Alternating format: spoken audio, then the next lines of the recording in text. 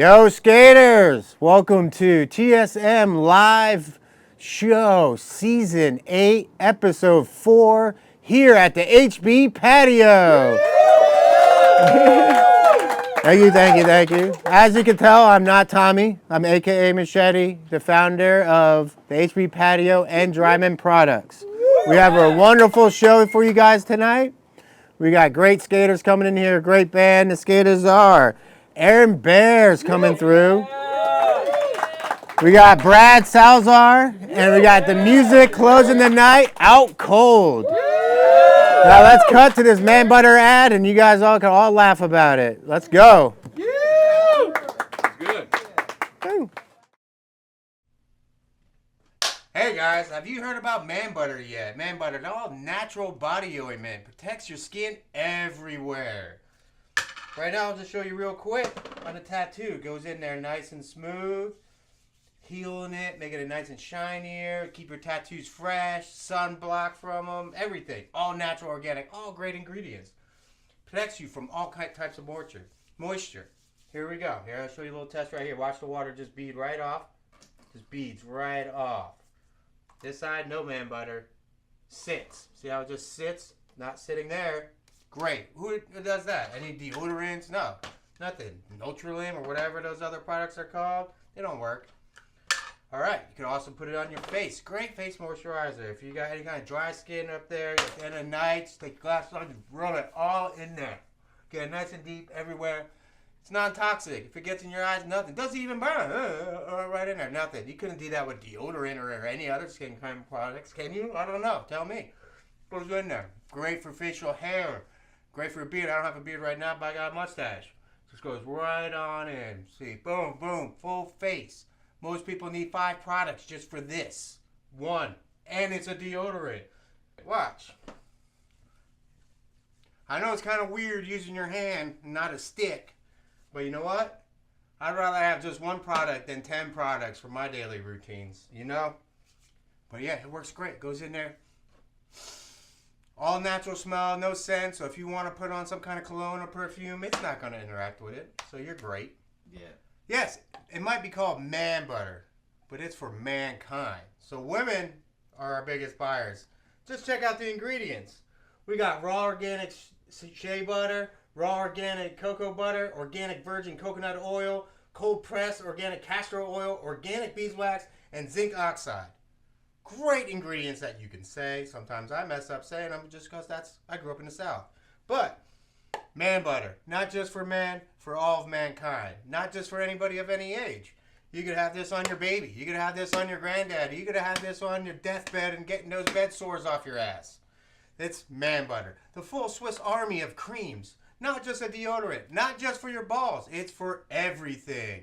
You got ashy elbows. You rub that shit right in there. No more ashy elbows. Chapped lips. You can put it all up in there. It get in your mouth. It's all natural. You can eat it. No one does anything like that. Can you put a deodorant in your mouth? No. You can't even swallow toothpaste. And you're looking for that sunblock. That sunblock that's natural. That doesn't harm your skin. Doesn't kill the reefs in the ocean. Man butter. Now you got to keep reapplying it. It's no SPF 100. But it's all natural, and your body will know to let you know. When you start feeling burned, you need to go put some more man butter on. Don't just sit all day with 1 coat. But it's all natural, and it feeds your body. This stuff goes on like a lotion, but dries like a powder. So you're not walking around with this. You see, I put this on earlier. I'm still smooth. I'm a little shiny, but that's looking good. Man butter. Great in the sun. Put it on your skin. Helps you sunblock. Also, if you get burnt, heals it. Just like aloe, just like a couple other things, but this is a full one its own product. You don't need an extra bottle of aloe. Now your deodorant, your skin cream, everything heals your sunburn too. So you know what? Get this natural product, put it all over everywhere. You feel the burn goes away. Prevent the burn, put it on before you go out in the sun. Man butter. Doesn't only prevent, it also heals. Even rashes, cuts, and scrapes. Heals. Eczema, psoriasis. Doesn't cure it, but it makes it easier to live with. Yeah, with man butter, you could clear out your shelves. You don't have to have all these products all cluttering up your bathroom. You could just have this one and your toothpaste. And maybe a bar of soap if you're weird and wash your hands with bar of soap. Get bar of soap, liquid soap, whatever. That's 3 things in your bathroom instead of 10, instead of an eye moisturizer, face moisturizer, arm moisturizer, a deodorant stick. Everything. After shave. Get rid of it all. Put it all in the trash. This does it all. Don't believe me? Try it. If you don't like it, don't buy it again. It's man butter.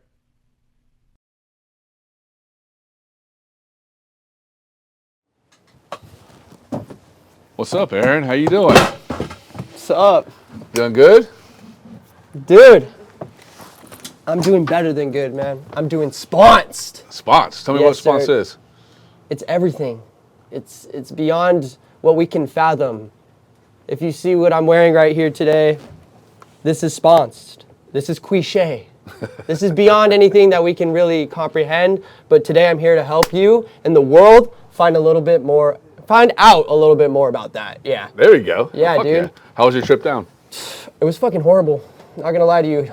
Lots of traffic, stress. I had a coconut water this fucking tall, dude. I had to hop off the freeway because I was like, I can't do this, bro. I don't care if I'm late, dude. Yeah, I rode my scooter here. Oh, yeah. It was fucked. Like the Waze was all messed up. I was in traffic and shit. You didn't have motor or nothing on that thing? Nah, bro. It's like it was a sponsor commission. Not gonna lie to you. Okay. But, thank you for having me. By the way, this is super sick, and having a live audience here. That is so sick. Yeah. Like that is so sick. Fuck yeah. I've been waiting to talk about my life and just skateboarding and sponsed and Aaron Baer and all of that for a long time, bro. All right. So, and real quick, where'd you come from? Where'd you scoot from? Fuck, man, the IE, bro. Shit's different when you're in the desert, hold on, bro. You scooted from high IE, desert, the high desert, bro. Here. Yeah, bro, for real. Did you hit any road kills or anything? I mean, I hope not, but I'm assuming the traffic was because there was a fucking car accident. So, you know, hope to God no one got hurt or anything like that. But, yeah, that shit was ass. All right. So, we ready to get into this? Yes, let's go. All right. So, where were you born at? I was born in Amarillo, Texas. Okay. Texas Texas. But I was raised in NorCal. Okay. In a little town called Hollister. Okay. So that's where you mostly grew up at? Yeah. So you were born in Texas but grew up in Hollister, California. Okay. Yeah, man. Is that where you started skateboarding and everything, or what? I mean, the idea, on some Zach and Cody, I don't even know, bro. Zeke Luther is a little bit later, but I just don't know. I loved the idea of skateboarding, and I just never was fucking good. So I was just... See, skate doesn't even matter if you're good or not. You know what? You would think that is true. As long as you can push. Okay, go to any skate park ever and have that mentality, and you'll be the best person in the world, okay? But unfortunately, that's not the truth. You go to the skate park, and you don't want to try because you don't want to be embarrassed, and then so on and so forth. You don't learn. And it just sucks, bro. You know what I say? Fuck it. No, same here, and that's kind of why I'm here, bro, is to talk about it, bro. Being sponsored is more than just being loud and obnoxious and fucking doing the coolest things in the world, bro. It's about doing, whatever you want, no matter what, and no matter what anybody says, bro, just do whatever you want, bro. Obviously, be careful, because that shit is, you can get hurt doing this. But, yeah, man, I live to tell this story, man. It's fucking, yeah. And do you remember your first skateboard? Yes. My first skateboard was a Mickey Mouse board. I hate that rodent. Definitely so first board was Mickey Mouse? Yeah, okay, but my first board was a flip. Okay.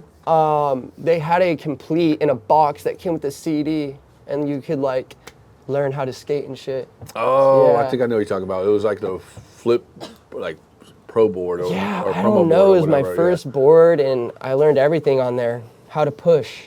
Do you have a skate shop? Did you have a skate shop in Hollister? No, dude, not at all, bro. And what kept you motivated? Santa Cruz skateboards. Pretty much just watching people at the skate park go crazy. But to be honest with you, man, I rode BMX. I was a scooter rider. I was professional scooter rider at one point in my life. Okay.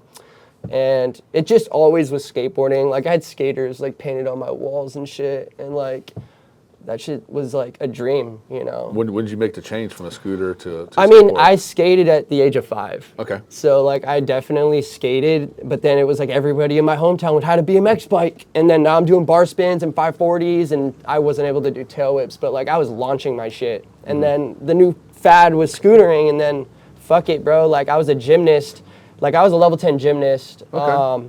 My whole life I was beat by my Chinese coaches. I was telling the crowd this a little bit earlier, bro. Like straight up, my whole life was go to school, go to the gym, trauma, go home, and then I come back every single day. And it was like, yeah, dude, I was a level 10 gymnast. And Really? Yeah. What would you do?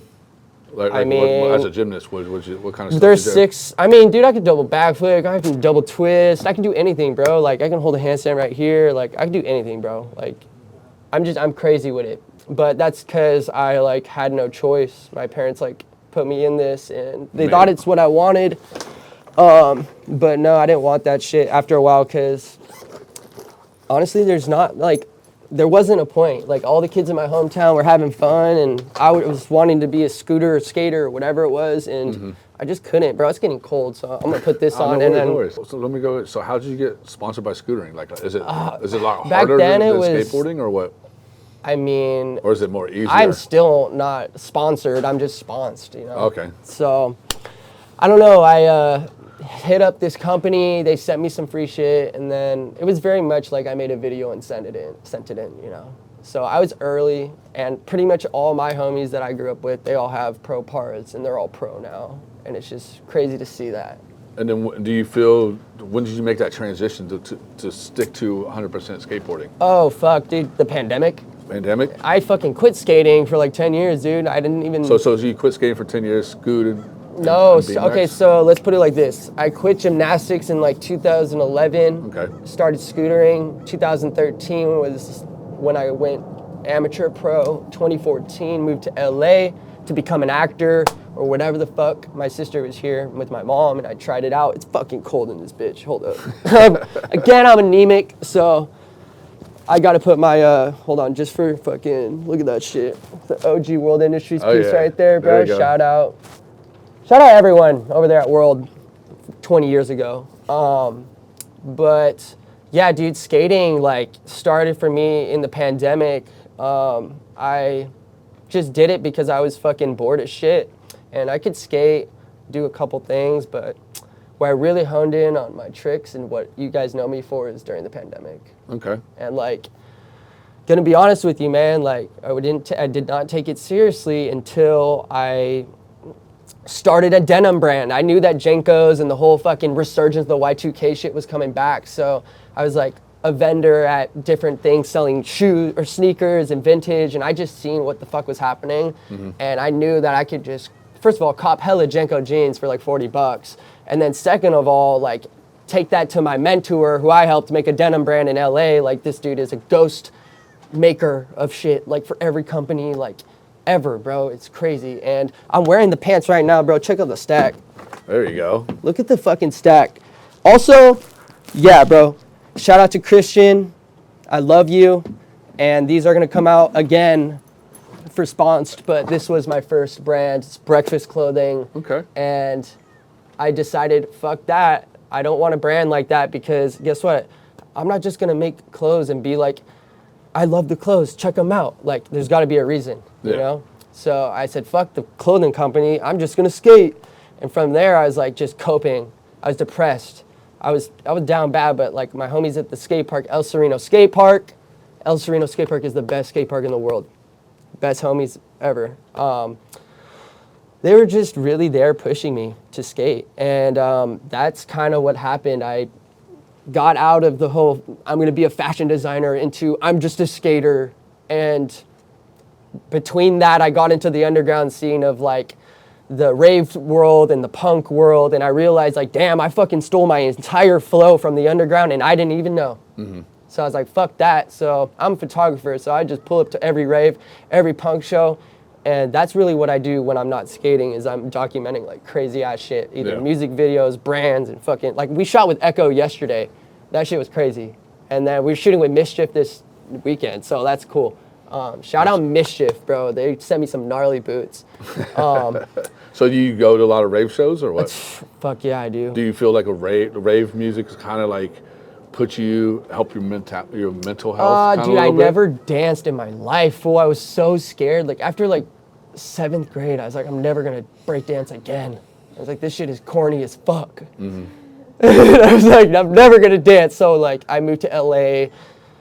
The music sucks that people are playing in the clubs and all the things and all that other things. And then boom, I moved to East LA. The homie's like, yo, pull up to the rave. I'm in a fucking train track, quarter mile, walking down this crazy train track with a fucking train on the right, a dump on the left. It smells like shit. Motherfuckers are like bombing on the sides and I'm doing substances on either side, just going crazy, bro. And by the end of the bridge, you see like a crazy light and just crazy sound booming, bro. Like, it's just, imagine an alleyway that goes for damn near half a mile, maybe a mile, and it's just tall walls, and you have to like go all the way down to the end to see what the fuck's happening. And that was Concrete Jungle. So shout out Concrete Jungle. That was the first rave I went to, and got doctored in ever since, bro. And you feel like that has helped you with your mental health and your depression and stuff like that? I mean, at some point... Do you more focus on music to get you more I your definitely think that there's a lot of bullshit in LA, and I've been a part of the... Fuck, man, this is too short, bro. I got a long story, bro, but I moved to LA and got thrown into the whole social media world in 2014. Okay. I was on tours and all this and all that for... like, hey, look at me on the internet. Like, I'm nothing but a nice face and a nice body. Like, and I was like fucking young. So, I don't know, dude.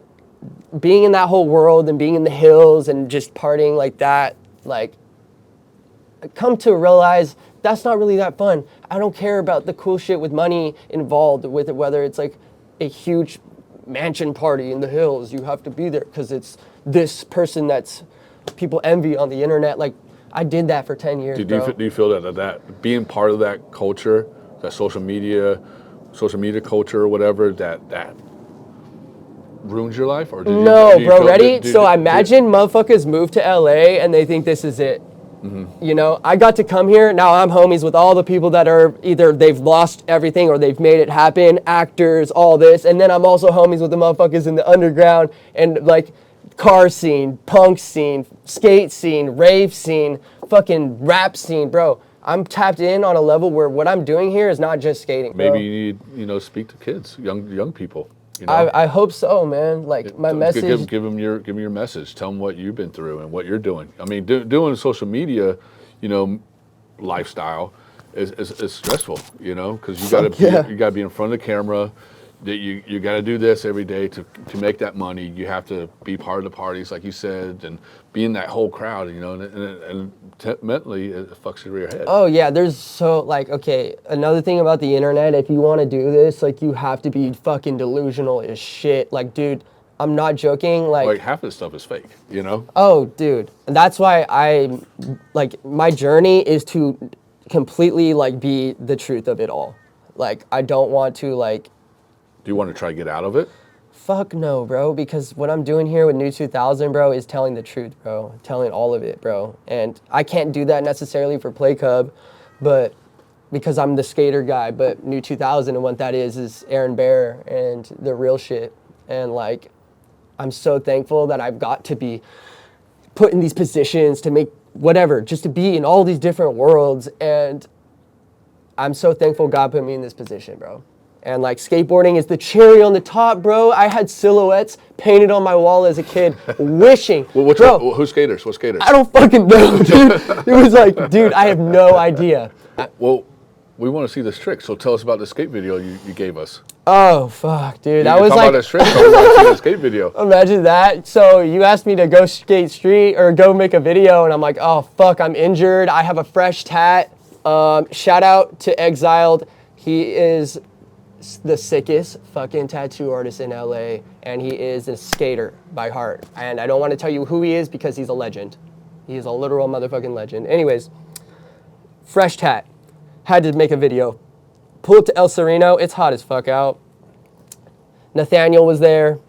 And it was one day. We literally just went to 3 different spots, and what the fuck? I hucked a fucking, I don't know what it, honestly, I'm calling it a finger whip at this point. I called it a guillotine before, but I hucked the guillotine down the rail, and like, I don't know, it's just, how the fuck did you guys let me do this? Rodney, how did you let me fucking do this? But you did it. That's what I'm saying. Like, how the fuck is that possible? That right there, that's why. Because a scooter rider got on a skateboard and said, fuck this shit, this feels really similar, and I did it, bro. I did that shit, and whether or not that goes down in history or not, I fucking can safely say, like, that the moment I first did that trick, the finger whip, I knew something, like, I did something. I don't know how to explain it, but I was at Active Redland, or Active Rancho, when they had the indoor park, and that day changed my life, man. Also, one last thing about Tony Hawk. The day you landed the 900 was also the day skateboarding was fucking ruined. After that point, the shit was just, no one cared about, like, what? No, we're not skaters anymore. The whole world is a fucking skater, bro. Like, what happened to, like, people wearing skate shoes to school? What happened to fucking literal skate culture where you pull up to a skate shop because you had to buy skate shit at a skate shop and that's the only place where you can get it? So, Tony, I love you again, but I had to say the day you landed the 900 was the day skateboarding was ruined. Back to what we were saying. Yeah, I pretty much, like, it's just I'm fried, homie. I just see what's in front of me, and I have to thank Don Brown for this one. It's not in the video. Maybe we can put it in there, but he's like, hey, mate, why don't you grab the truck when you do your blood slide? And I'm like, oh, fuck, homie, you're right. Let me see what's up. I do that. And he's like, all right, now you got to take your arms off of it. And I'm like, all right, motherfucker, here we go. I do it. And I'm like, again, how the fuck, Rodney, how did these motherfuckers not do a fucking pogo blunt slide like this, fool? Like, how was I able to do that? I don't know. I don't know. You did it. I did that. So, Tony, one last time, bro, put it in the fucking game. Like, why is that not in the game? But yeah, dude. You ready to show the world? What am I showing the world? We'll show everybody your video right here. Ready? Oh, is that what's happening? Yeah. Okay, guys. There yeah, it goes. let's watch it. Aaron Baer's video right here. Let's Boom. go.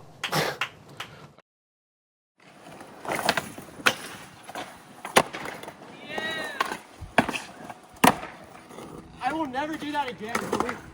Suck it. Suck it. Suck it.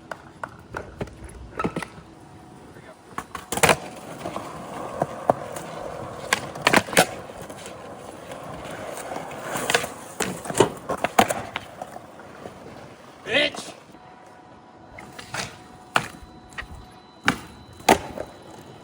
Like, was that even cool though? Should I just give up? Or should I just persevere?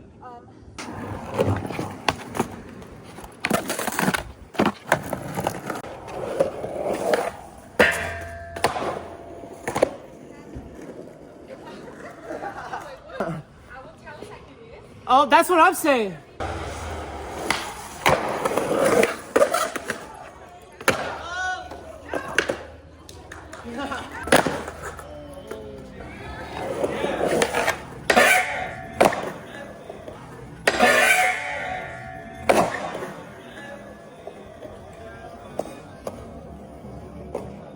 One, two, three, spawns!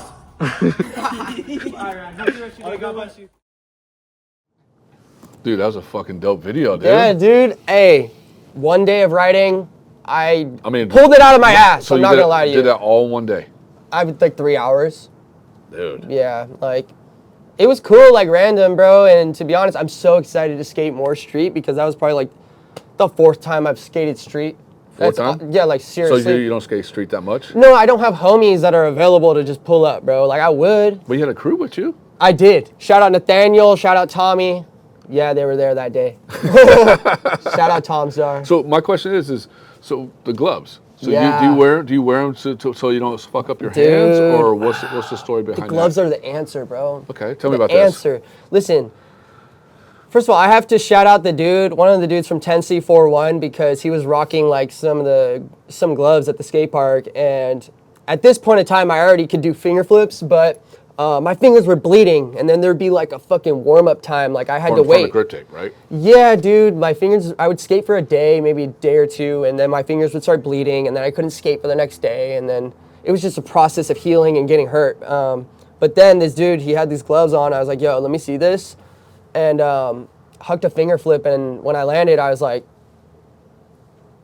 you're like, oh, shit. this whole fucking time? Are you fucking joking, dude? Like, the amount of blood I shed, the amount of, I didn't cry. I didn't cry. But the amount of blood that I shed because of my fingers, bro, and then him solving that problem, like, you need to wear gloves, like, it just made it so much better. And I'm excited because, bro, I'm going to be making fucking gloves. Oh, yeah? Dude, spons gloves, bro. So you're going to start a new trend? I mean, dude, if you don't even do finger flips, I recommend you first of all, rock these because they're hard as fuck, bro. Like, the drip, like, people are rocking gloves just on a normal day to just flex that shit. But, like, rock these gloves because that shit, like, our palms, bro, we know that. We know this. When you're jumping down yes, gaps and bro, stairs. anything. Yep. Low-key, I think that's probably what scared me from, like, skating normally. You should put, like, in the gloves, put a little guard right there. Bro, and you know what? That's one of those things. It's like, there's going to be, like, level 1, level 2, level 3, and then just fucking spawns, Tommy. Like, okay. Maybe I'll call them homie flow. I don't know what we're going to call them yet, but they're definitely, like, on the way, and I'm fucking stoked, dude, because I hate going to buy gloves every, like, 2 weeks. Every 2 weeks you go through? Yeah, probably. Fuck, but then I'll rip the right hand, and then I put the left hand on the right hand, flip it around. You should do gloves with just a finger showing. Oh, dude, I would. Honestly, all I need is this. Like, if I can just have the thumb there. And then just do the thumb, and then just do half. Just on some shit. Low-key, it could be hard and for then a shoot. And then have, like, a hard plate right here, so that way when you hitting the ground. I mean, shit, bro. Trial and error, dude. It took fucking 5 samples to make these shit, so I'm down to test out some, like, gloves and stuff and see how that goes. But the gloves changed my life. It gives you more power, more grip, more swag. Honestly, fuck the swag. Is it like a like a comfort zone for you? Kind of it just like if I tried to finger flip on my board, I could do it. But then when I put the gloves on and I do it, I'm like fucking. It's like I just put on a pair of Jordans, homie. It feels like I put on the PF Flyers, homie. Sandlot, run faster, jump higher. Like it felt like I put them PF Flyers on, dude. And it does make a fucking difference. Hell yeah. And I know there's a lot of cats that love to just do a bunch of old school shit. And I know they can benefit off of this shit. Well, last question. What can you say to the upcoming skaters or scooters or bikers or someone that wants to be where you're at in social media? Okay. You know what it is that you want to do. So stop beating around the bush and just fucking do it. There's no, I'm going to start doing it. I know we say, like, you don't just say start. Like, I'm not going to go into, like, weird TikTok motivation. But, like, seriously, like, this shit is about being so delusional in your mind about something you're so confident about and just running that shit, bro. Like, I'm wearing Chinese pants right now, bro. What the fuck? I made that happen because I was like, fuck this. I want to look like Chun-Li. Fuck this shit. So that's one part about it is literally stop beating around the bush. Do what it is that you want to do. And I guarantee you in like 2 years, 3 years, you're going to find yourself in a better place. The other part about it is to the people that are trying to make it in skateboarding, scootering, biking, don't make it, bro. Don't. Just do it. Just literally have fun and do it, but don't do it to make it, bro, because that's some bullshit. Unless you want to, like, have a brand and start a company and do that, that's making it, bro. Like, making it as far as, I want to be a pro skater for my whole life, dude, I'm telling you, bro, the fucking shit is literally a fucking sham, bro. The industry is a fucking sham, dude, and the higher up people, they're fucking shamming, homie, and it's the same 10, 20 people making $200,000 a year, and then beyond that is like the whales that own all those companies, and that's it, bro. Like, don't do this shit to make it. Do it because you want to do it, because you love it, and because it's fun, and there's nothing else that you could really, like, convey that makes any sort of else a difference in your life, because I don't know. I don't know any other thing other than me hanging out with my friends, being able to skate. I'm fucking hurt as shit, so, like, being older, that does make a difference. Like, I'm 26. Are you still young, man? What are you talking about? Dude, I don't know, bro. I feel old as shit. Being beat by my Chinese coaches, going into a whole scooter lifestyle, biker shit, and then here I am skateboarding. Like, I definitely feel like I feel bad. But I'm grateful for my health in what it is at right now. Yeah. So I am doing the best I can to continue to forever get better every single day than I did yesterday, whether it's food, whether it's exercise, mentally, all that, bro. Like praising God, just being grateful, and really just showing love to the people around you. Like that's what you need to do to be happy and to continue growing and to get better at whatever the fuck you want to do. Yeah. And don't Hail Mary your tricks, bro. If you Hail Mary your tricks, you're fucked. Tell me that's a rolled ankle, bro. 1000%. That's the only advice for skateboarding I have. You hear that? Don't Hail Mary your tricks. Derek. Don't Hail Mary. I see it all the way down the field. XBYA. Do not hit those fucking numbers or the letters, dude. Don't fucking do it because you will roll your shit. Yeah. Yeah. Well, Aaron, thank you so much for Thank coming you, on, man, bro. I appreciate you, bro. And you ready to stick around for OutCold? Oh, of OutCold's course. about to come up. Dude, I'm gonna, They're 100%. about to perform, man. Let's go. There you go. OutCold coming up next. Fuck yeah. When the bass hit your face, you be like. When the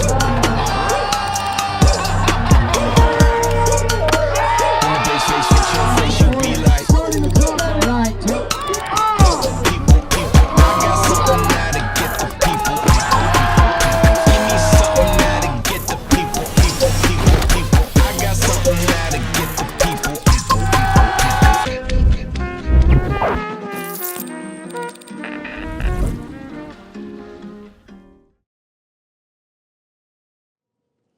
What's up, OutCold? How you guys doing? What's going on, Tom? Welcome on the set, man. Welcome. on? Welcome. So, each one of you guys tell who you are and what you play. Absolutely. I'm Eric Johnson. I'm lead vocals. I'm Kurt, and I play bass. I'm Angel. I play guitar. My name's Victor. I play guitar. I'm Josh, and I play the drums. Damn, that sounds like a show right there. Yeah. Definitely. So how'd you guys meet up?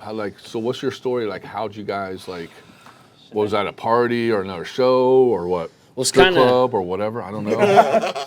There was, I'll hand it to Vic after this because there's like a little bit of history behind it. I met these guys. I moved out to California about 2 years ago. Massachusetts. Oh, what part? It's North Shore, so a little north of Boston, town called Reading. I was born in Fitchburg, Massachusetts. There you go. Only lived there 1 year and I was out. There you go. So you Went moved out here to early. Florida. Well, there you go. Yeah, you wanted to be warm. Yeah, exactly. Yeah, man, it was cool. I moved out here. I'd never been in a band before, and I was thinking moving to SoCal, like it's something I want to do. And we pretty much all just like met on the internet one way or another, except for these two. So you guys are internet homies. Well, no, except for these two. So there's a little bit more history here. I'll pass over to Vic to kind of tell the story about these guys. Yeah, so basically, I was playing in punk bands since probably middle school, high school. I had a band called Broken Clown, and we played a few shows and everything, but it wasn't anything. It's called Broken Clown? Broken Clown. Did you dress up as clowns or anything? No, dude. And everybody I hated was the just name, asking, dude. I was just asking. My drummer hated the name, dude. He was my best friend, and he's just like, whatever, dude. And so, but yeah, I stopped playing music for a little bit, and then I was on a solo road trip, dude. I went out to Texas for 2 weeks, took work off, and then on the drive back, I was blasting some music, and I was like, man, you know what, dude? I want to do this again. What were you listening to?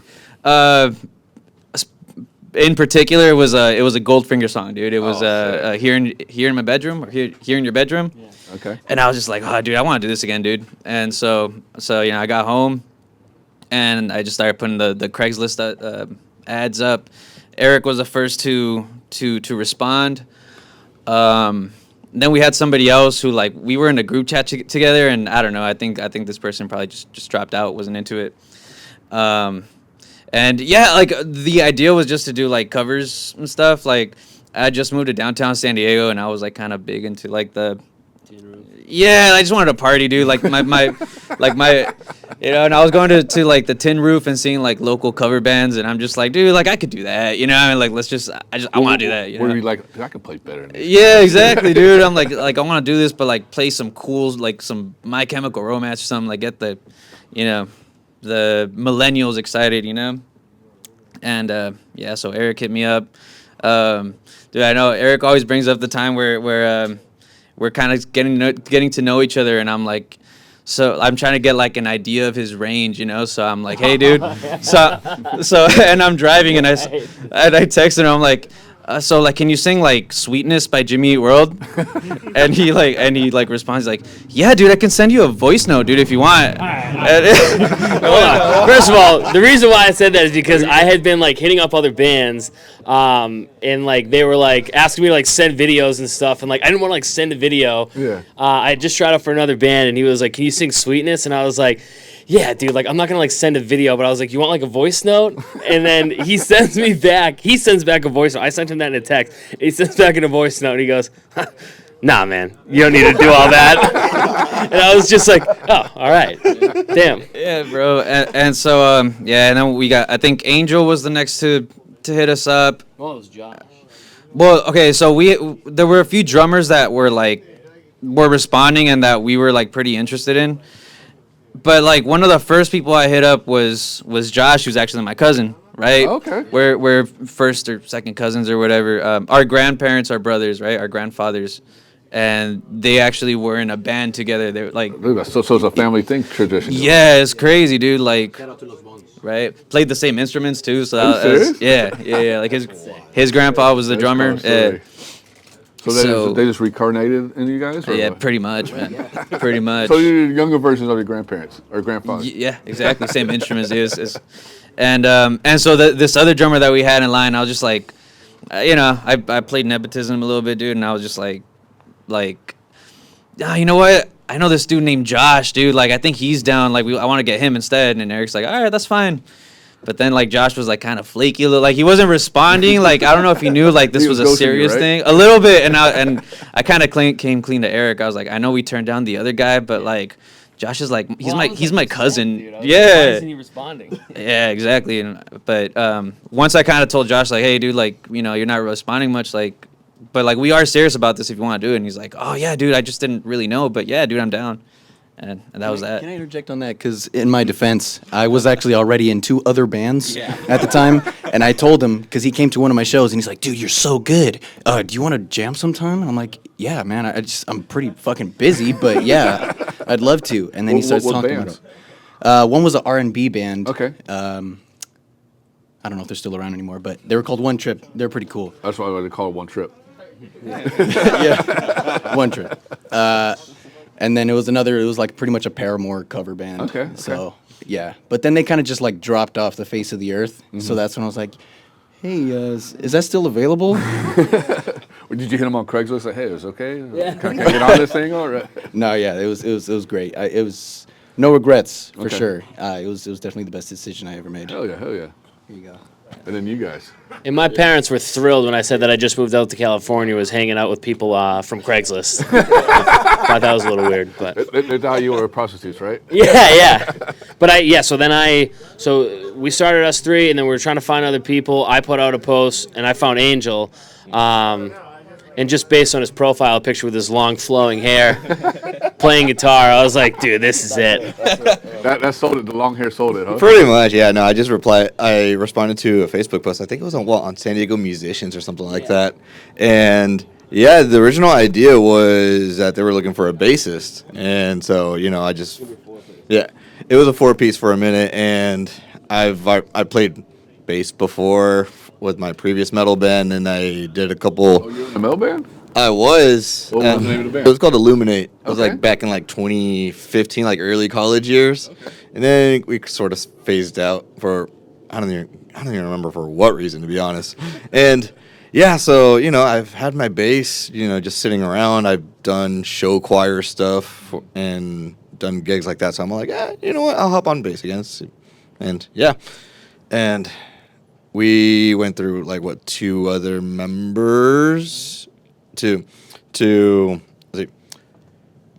The first member, we had him on guitar, so I still stayed on bass. And then we dropped him or he dropped us. I can't.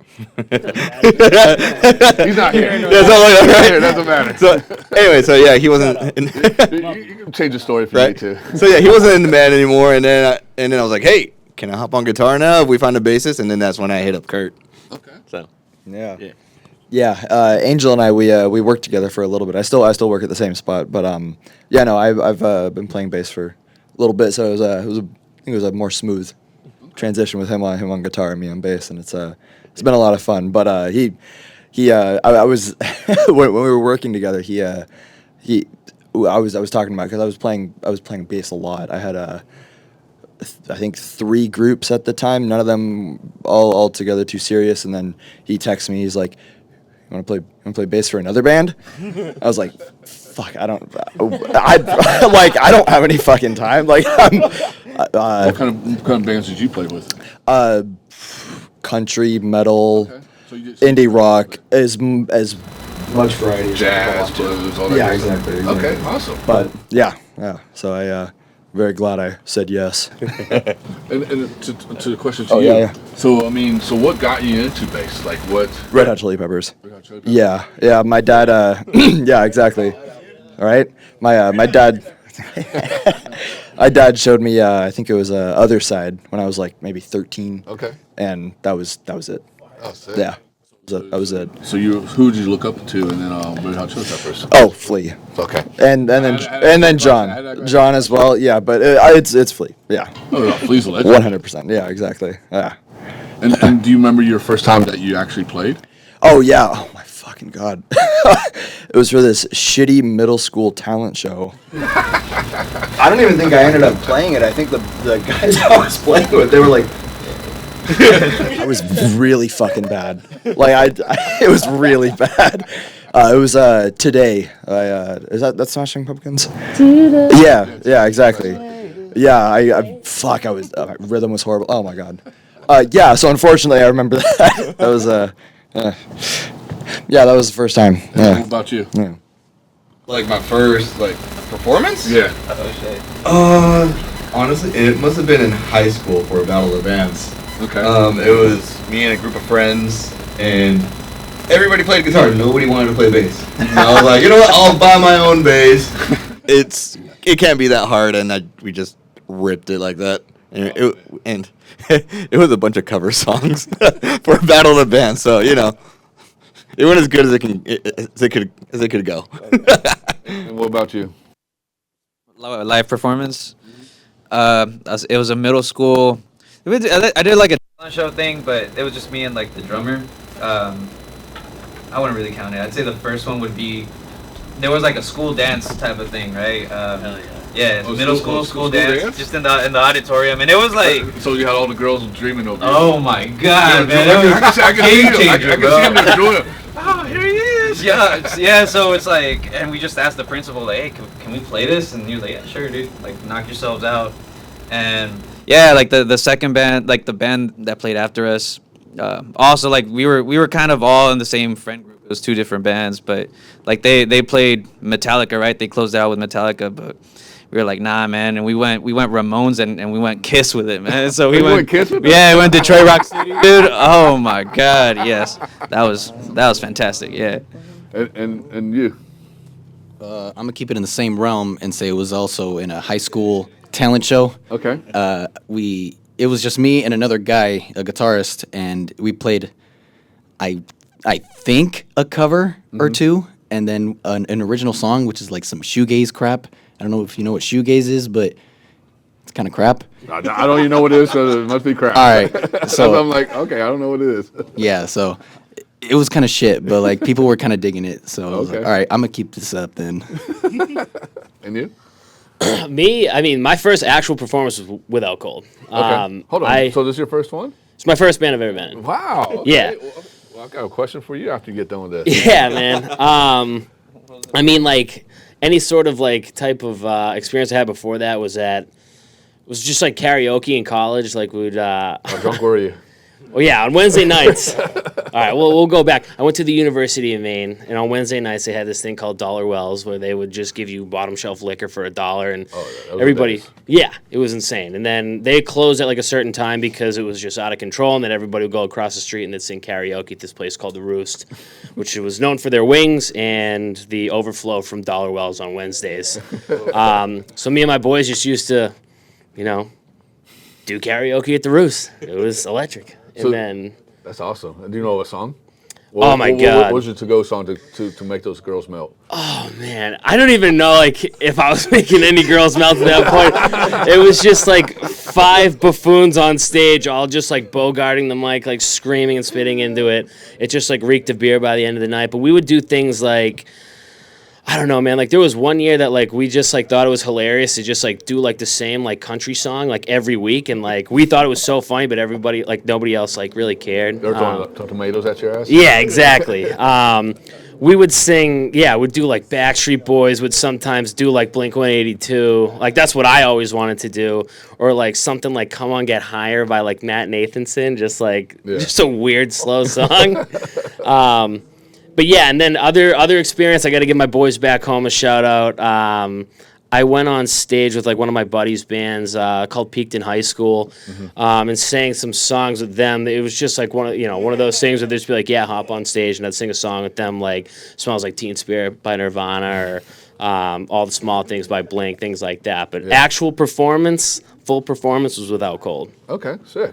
And so, what made you to start a band and step off of karaoke to be a singer? I don't know, man. That's like a lot of questions right there. Oh yeah, it is, but they're valid. I think it's something I always wanted to do. I know it's something I always wanted to do. Like I remember, like going on road trips, and like just like I had my Skull Candy headphones on, and like going up to, I grew up in Massachusetts, vacation in Maine a lot, and I would just like plug in and like listen to like music the whole way up, and just like look at myself in like the passenger mirror, like lip syncing the songs, like just like thinking of myself on stage, dude. I'm visioning this right now. Yeah, okay? man. And like I always wanted to do it, man. And I was always too scared. Like I didn't know like if I could sing. I still don't know if I can sing. I was singing in a band, right? I mean, yeah, I guess They haven't kicked you out yet. They haven't. They haven't kicked you out yet.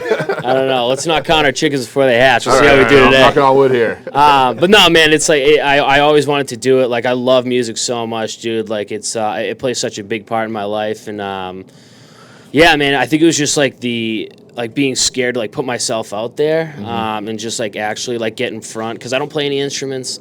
I've tried. I don't have the patience for it.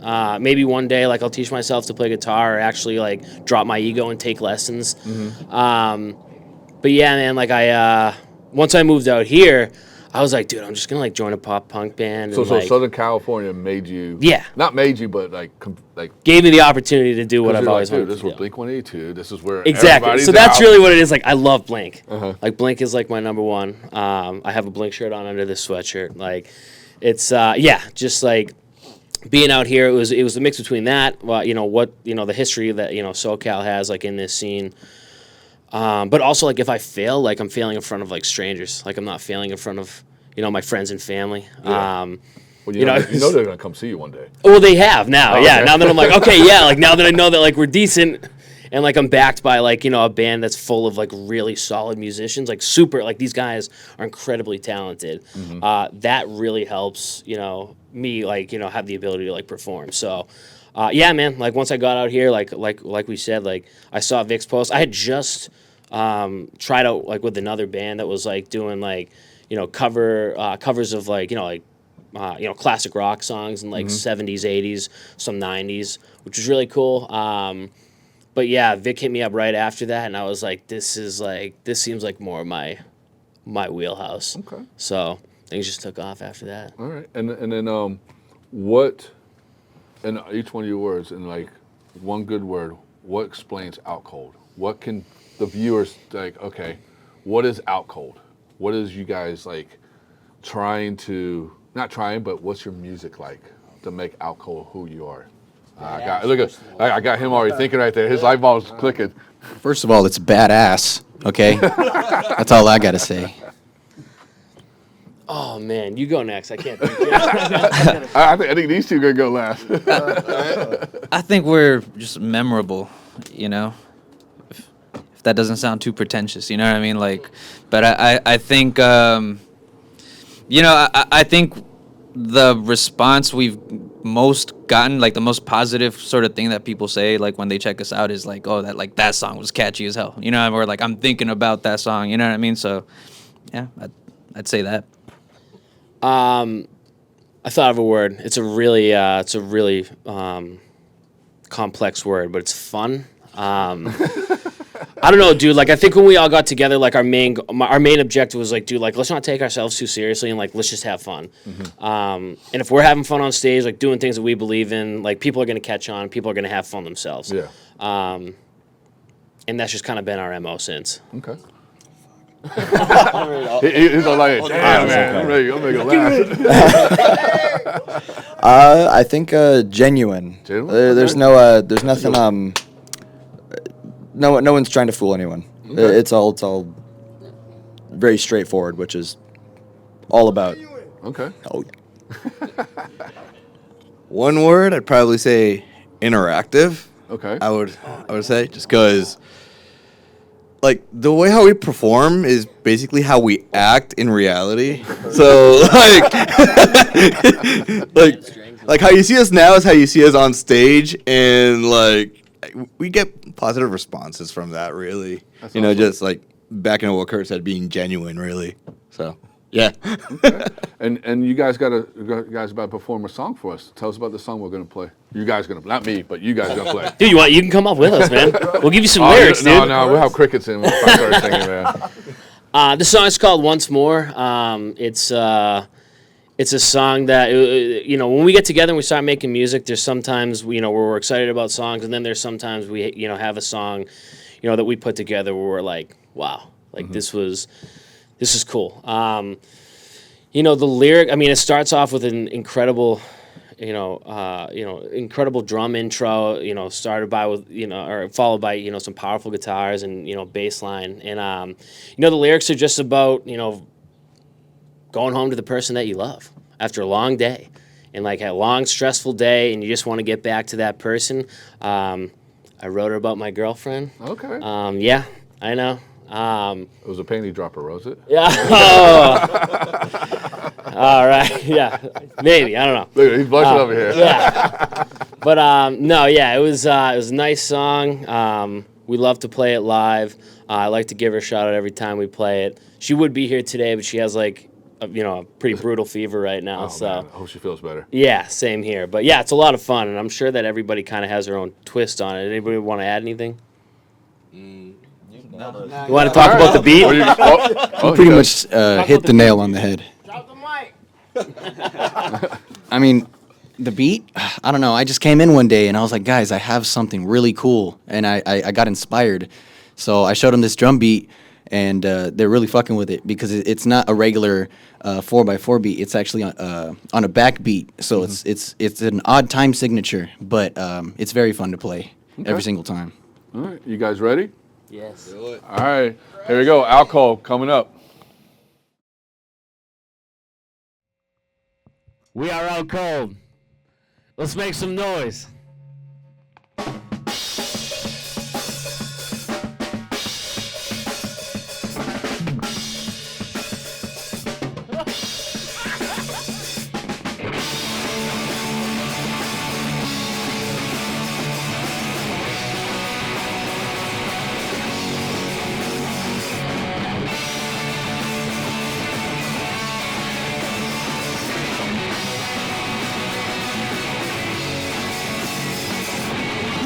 Pass, I've got the shakes, I'll be on soon, yeah, whatever it takes, so I can get back onto you.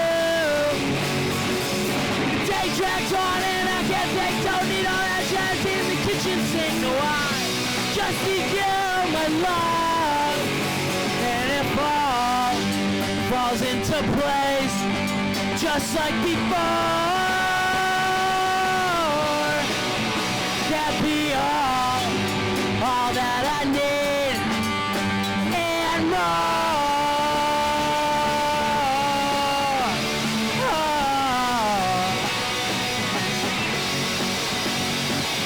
As I follow the melted face, the rust in my eyes, it's too hard to see, but I can taste you from here. I've been head straight, not all day, but you're the only one that can screw it on the right way. And you know the truth. And if I fall on my face, just like before, will you laugh with me, not at me? me. Oh, I'm sure.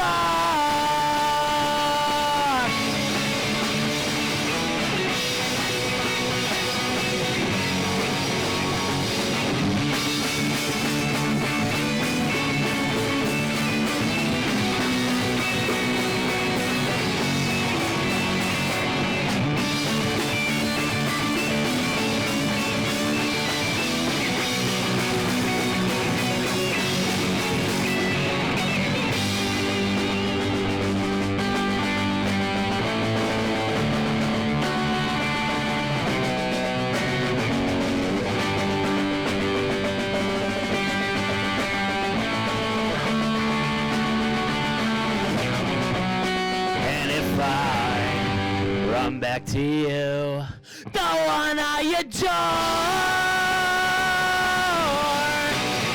then can I hold you in my arms once more?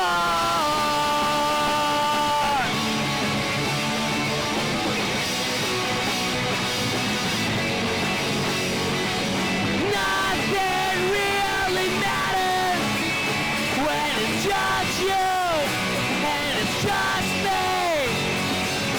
Nothing really matters when it's just you and it's just me.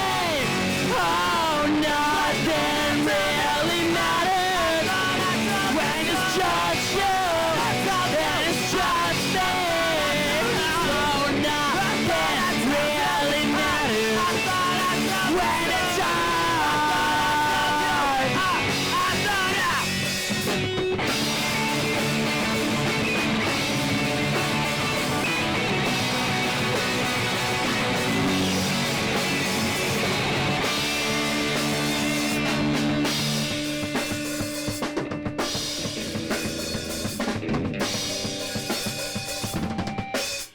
Thank you.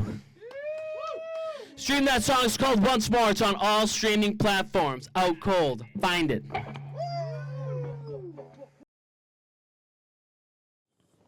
Dude, that was a dope song, man. Thank you, brother. Hell yeah, dude. That was sick. That was sick. Thank you, thank you. Hell yeah. So, a couple questions. Where can people find you guys at?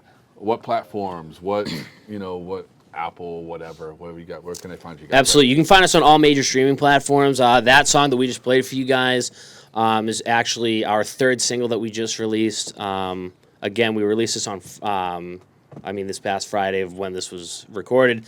But yeah, you guys can find it all on Spotify, Apple Music, wherever you decide to stream music. It's our third song. It's going to be off of a 5-song EP that should be coming out in the next few months. We're super excited about that. And then on Instagram, find us on Instagram at OutColdSD. We post all of our updates there, footage from our shows, pictures from our shows. Anywhere else? We have a brutal TikTok. You have a website or anything? We don't have a website. We should probably have a website. We live in a day and age where everything's digital and content. It's just we don't have a website. We should. Yeah, we need to. And you have a brutal TikTok? Just a brutal TikTok presence. Yeah, it's just like I'll just throw shit to the wall and see if it sticks, and it usually doesn't. We have like 2 YouTube videos as well. 2? So That's 2. Awesome. That's good. That's big. That's good. That's good. Yes, if you like long form content. One of our more popular reels that we've put out, actually it's Once More, right? We were performing Once More live, which we're about to play for. Yeah. And so as you guys saw the part where Eric goes solo, right? Where he sings this bar, and then we're all supposed to drop in as he goes once more. And so I told the rest of the dudes before we went on, I was like, hey guys, so when we drop back in, let's not. And then let's have Eric just yeah, dude, and it's pretty cool. You can check it out on our Instagram. But yeah, he just goes, once more. And he just kind of looks back and he's like, what the hell, dude? And everyone just starts cracking up, dude. And then we just we drop that shit, dude, and we close out the song. You know what I mean? That's awesome. I gotta check that out, man. Yeah, check that out. It was very well done. And then, what do you have other than your EP coming out? What else you got coming up for 2025? We want to hit the road. want to hit the road, and I think it's gonna, we were thinking June, but yeah, it's looking more like September, October. So we're trying to put that together. Hit maybe Vegas, Texas. You know what I mean? Probably do like a Southwest sort of, Southwest thing. There you go. And then last question: what can you say to the upcoming musicians? Anything that will inspire them? Oh man, I think when I was younger, man, like the first band that I had, right, and I was pretty much like I'd be the one that writes the music and stuff, and I spent years and years just like almost like writing stuff for other bands, right, and like they would come out sounding like us because obviously like we're the ones playing it, right, but like I spent years and years trapped in that headspace, of like trying to sound like like the bands that I like, you know what I mean? And as cool as some of those songs were, it's like, once I started this band, dude, I'm at a point in my life, dude, where it's all about just being honest, you know what I mean? What's crazy is it's gonna sound crazy, dude, but I heard that one of the Taylor Swift albums, dude, Folklore, dude, yeah, dude, I'll be honest, man, like that album made me stop writing music for a few years because it was like, dude, I felt this feeling in her music, man, that I'm like, you know what, dude, like whatever she was feeling at that time, I don't want to feel like I don't want to dig that deep into myself to get this creation out of it, you know what I mean? And it's like if I'm not doing it, if I'm not doing that, then why even bother, you know what I mean? So it took like a few years before I was finally like, you know what, dude, like I think I want to start going there, you know what I mean? I want to dig deep into myself and just create something that's like honest, you know what I mean? And not just sounding like other bands. I don't want to sound like Bad Religion, dude, or sound like whatever, dude. Like I just want to, and I think that's, and I'll pass it over to you guys, but at least when it comes to like what I contribute to the band, it's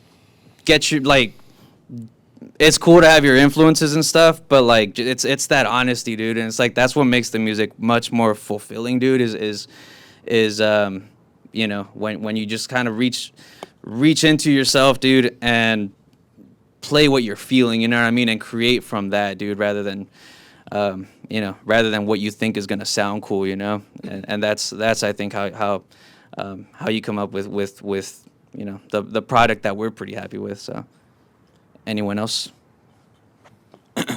Yeah, practice, motherfucker. It's very important. Put in your 10,000 hours, and please starve your ego. That's it. Hear that? Practice, motherfuckers. Love that. Yeah, I don't know. I think the biggest thing is just like, dude, just get out there and like make the stuff that you want to make. Like, don't sit on it. Like, just if you want to do something, you want to make a song, you want to create a band, like you want to try something new. Just like get over the awkward hump of like, the discomfort of like, stepping out of your comfort zone. Like, get comfortable being uncomfortable. Like, that's what like you need to do. You need to walk through fear. Like, you need to do all that stuff and just like do something different. Like in my case, dang, I was self-taught actually on guitar from when I was 12 to 21. And then I studied classical guitar in community college. I then got my degree. Then, been hopping around on guitar, in different genres. I played, in cumbia bands, metalcore bands, beatdown bands. This band here. And yeah, no, like honestly, you just got to keep on going. You fall, you pick yourself back up, and you just learn. Honestly, it's a learning process when it comes to this. And honestly, like in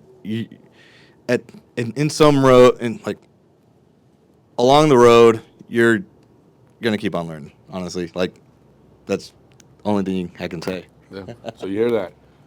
Practice, motherfuckers, and don't give up. Yeah, guys. Thank you so much for coming on. Yes. Thank you guys for coming on. Thank you.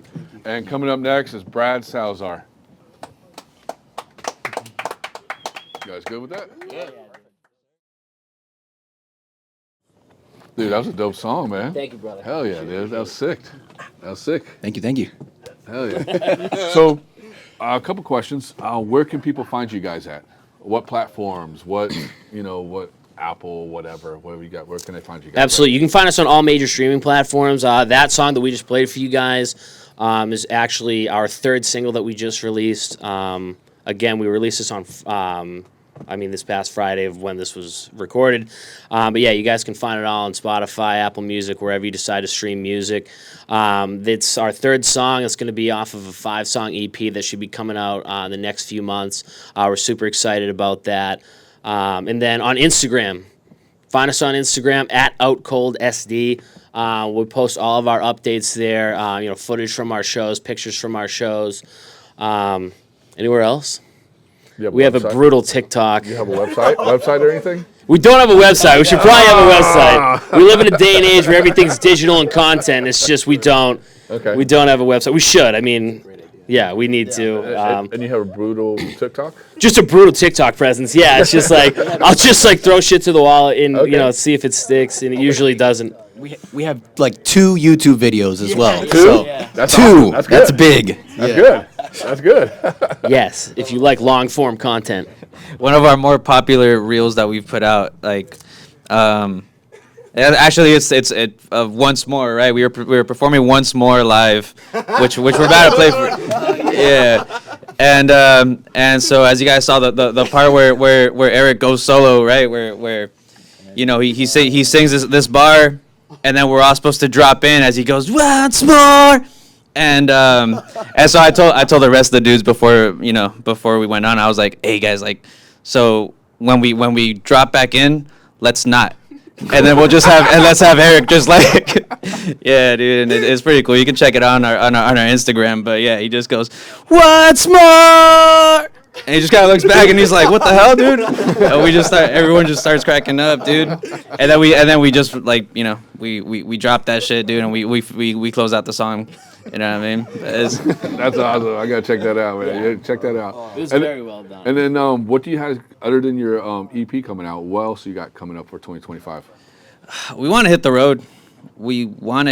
And I think it's gonna. We were thinking June, but yeah, it's looking more like September, October. So we're trying to put that together.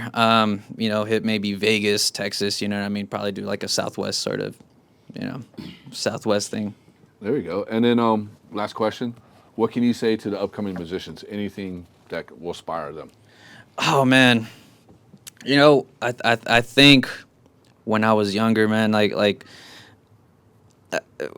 the first band that I had, right? And I was pretty much I'd be the one that writes the music and stuff. And I spent years and years just almost writing stuff for other bands, right? And they would come out sounding like us because obviously we're the ones playing it, right? But I spent years and years trapped in that headspace, of trying to sound like the bands that I like, you know what I mean? And as cool as some of those songs were, it's once I started this band, dude, I'm at a point in my life, dude, where it's all about just being honest, you know what I mean? What's crazy is it's gonna sound crazy, dude, but I heard that one of the Taylor Swift albums, dude, Folklore, dude, I'll be honest, man, that album made me stop writing music for a few years because it was dude, I felt this feeling in her music, man, that I'm you know what, dude, whatever she was feeling at that time, I don't want to feel I don't want to dig that deep into myself to get this creation out of it. You know what I mean? And it's if I'm not doing it, if I'm not doing that, then why even bother? You know what I mean? So it took a few years before I was finally you know what, dude? I think I want to start going there. You know what I mean? I want to dig deep into myself and just create something that's honest. You know what I mean? And not just sounding like other bands. I don't want to sound like Bad Religion, dude, or sound like whatever, dude. I just want to, and I think that's, and I'll pass it over to you guys, but at least when it comes to what I contribute to the band, it's it's cool to have your influences and stuff, but it's that honesty, dude, and it's that's what makes the music much more fulfilling, dude, is when you just kind of reach reach into yourself, dude, and play what you're feeling, you know what I mean, and create from that, dude, rather than rather than what you think is gonna sound cool, you know, and that's I think how you come up with the product that we're pretty happy with. So, anyone else? Yeah, practice, motherfucker. It's very important. Put in your 10,000 hours, and please starve your ego. That's it. Hear that?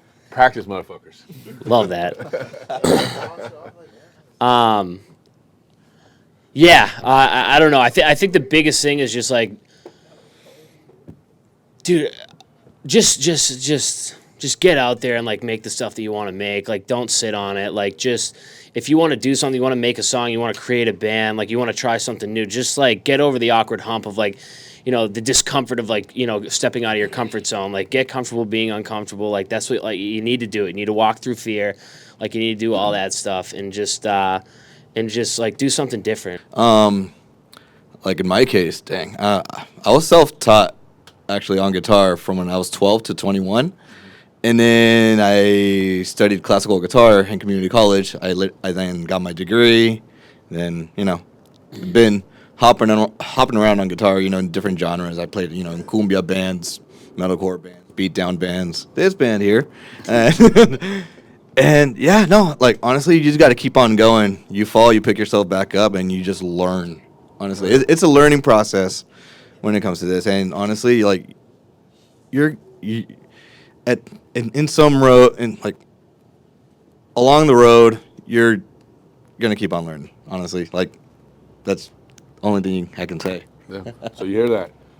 Practice, motherfuckers, and don't give up. Yeah, guys. Thank you so much for coming on. Yes. Thank you guys for coming on. Thank you. And coming up next is Brad Salazar.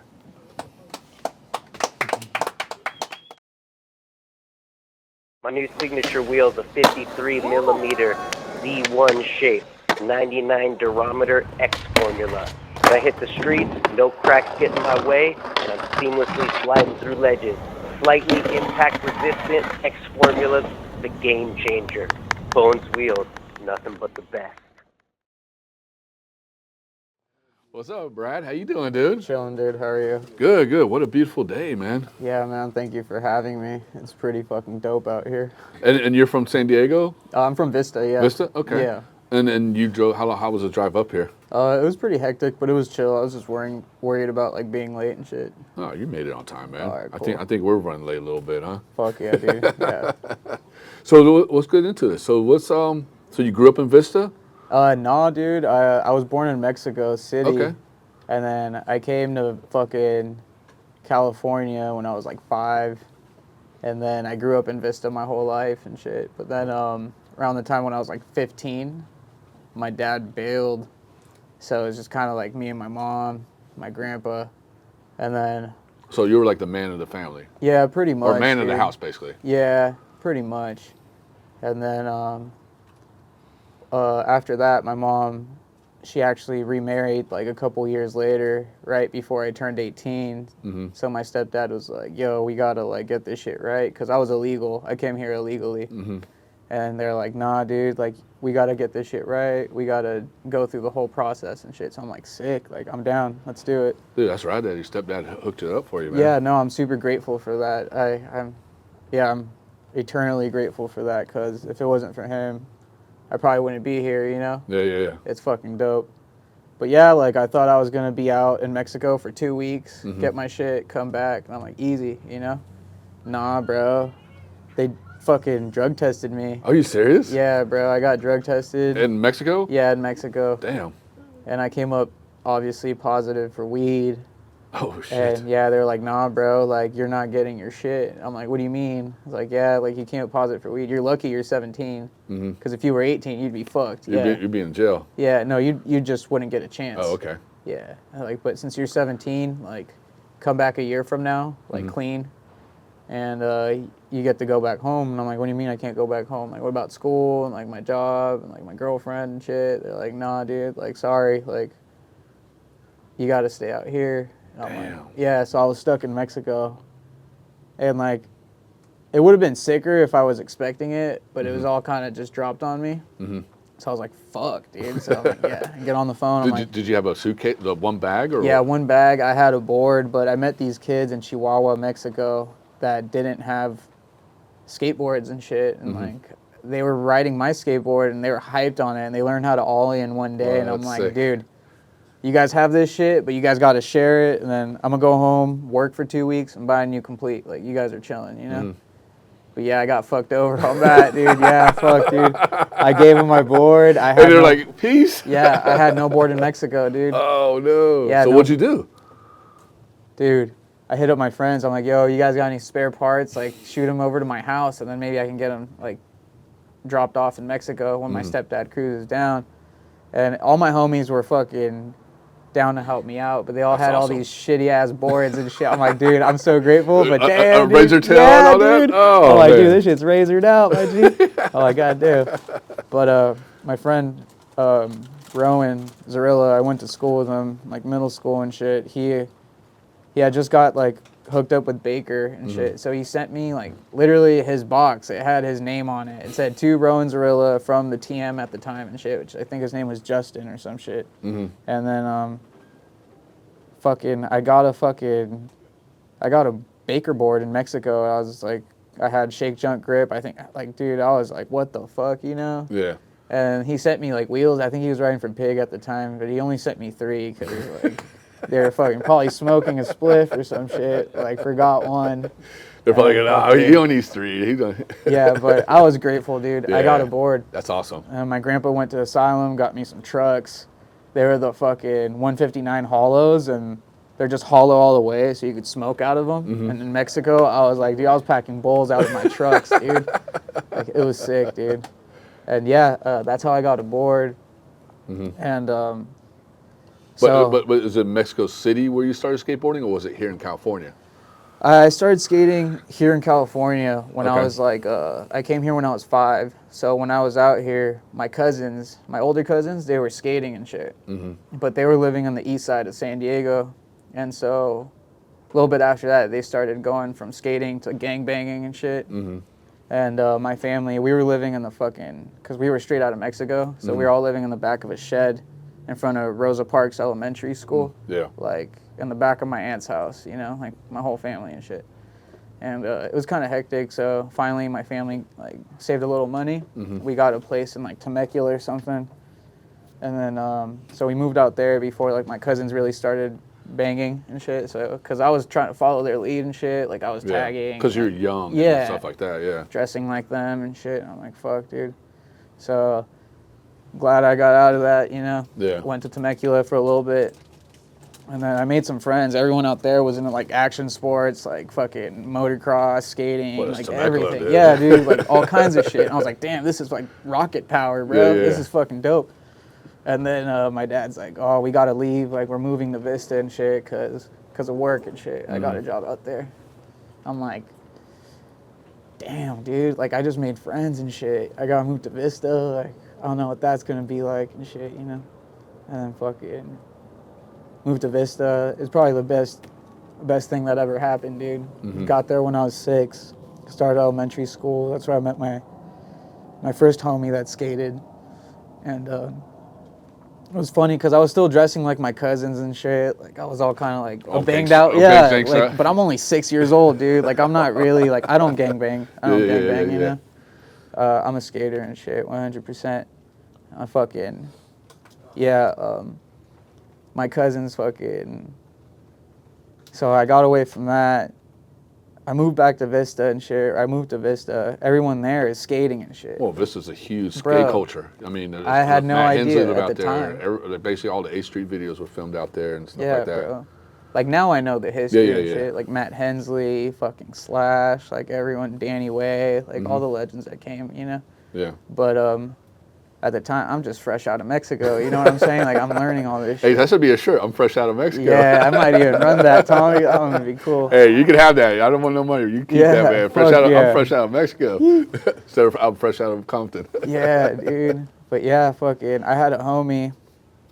Actually, he was like, I met him in elementary school. He came to pick me up from the office first day in Vista. Him and our other friend. His name's Bronson. My friend Lauren. They pick me up from the office and shit, bring me back, and he's just a homie. And you should hear like his side of the story. Maybe one day you could do a thing on him. Like, Okay. you know, like it's pretty funny. But I thought he was cool. He was rock and roll as fuck, dude. So like, he kind of got me into rock and roll, and he was just telling me like, dude, like, I can 180 and like I can ollie a 2-stair and shit. I'm like, dude, no, you can't, bro. Like, chill out, bro. Like, he's like, nah, dude, like I can. Like one day he came over and there was like a little stretch too at my house, and he fucking ollied it, 180 it. I'm like, dude, this is the coolest fucking dude I've ever met, bro. Like, I'm trying to be his homie, you know? So we started fucking skating and shit, and he got me into skating. Like, I got away from all that gangbang shit, started like getting into rock and roll. Okay. And my friend Brian got me into like punk rock and shit, like 4th, 5th grade and shit. What bands? Dude, every band, like the What was your Exploited, favorite? The Germs, the Casualties, like the Misfits, dude, like fucking, I don't know, a lot of shit, dude. And then it went from that. I wasn't really skating a whole lot, like from like middle school up until I was like 14, 15. I was into like going to shows and shit. Like we had this thing called Vista Thrash. Yeah. There's a bunch of thrash fucking fools in Vista and shit. And like, it was pretty cool, bro. Like just going to shows, but I was just partying a lot. It was kind of retarded. Like I wish I was skating more, you know? Mm-hmm. And when I was 15, everything started getting a little hectic. I lost my friend. His name's Lucas Giaconelli. Yeah. And that fool was like the sickest fucking skater, bro. Like he was way ahead of his fucking time. Like he was way ahead of his time. He like listened to the sickest music, sickest style, bro. Like doing shit like super gnarly and shit, you know? Mm-hmm. Chillest dude. Like a lot of our friends were like spoiled and shit, or like never really went through like some shit. So they were kind of different. But Lucas, he always was like, what's up, dude? Like, how are you? You know, like, let's hang out, you know? Like, let's kick it. Yeah, he passed away.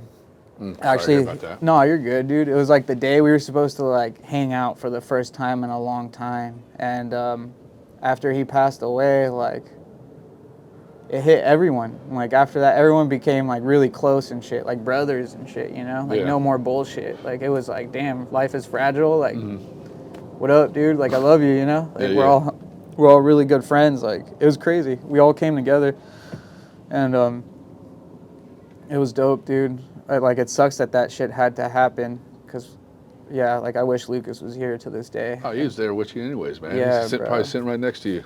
Yeah. Giving you a high five, bro. It was crazy, dude. But, yeah, like, they call me Killer B and shit. Like, obviously. Well, how'd you get that name?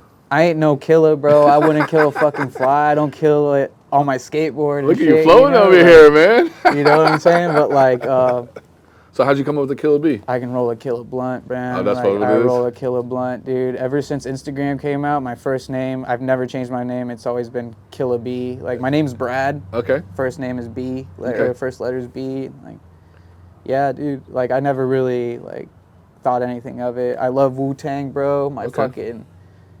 Yeah, Wu-Tang's the shit. Oh, like, yeah, definitely. Are you going to see them when they come here? And I think it's July 21st or June 21st? I got my tickets like 10 minutes after they dropped them, dude. Oh, sick. Yeah, I'm a full-time electrician right now. and Okay. shit, yeah.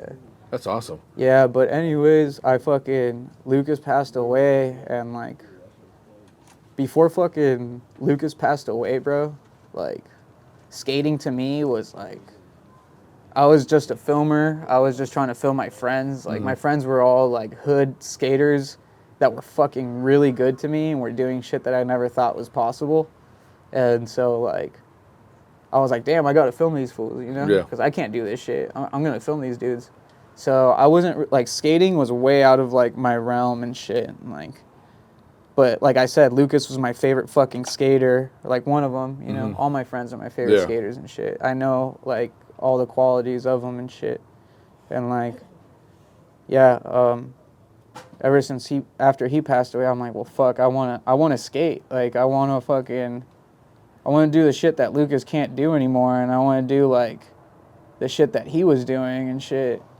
I wanna wally, like, I wanna fucking kickflip for Lucas and shit, you know? Like, I'm gonna do all that shit, bro. Like, I don't give a fuck. Like, so I started fucking learning how to skate and shit, like, started doing wallies and shit, and, like, I just kind of was like, well, fuck it. Like, let's see where this takes me, kind of. Mm-hmm.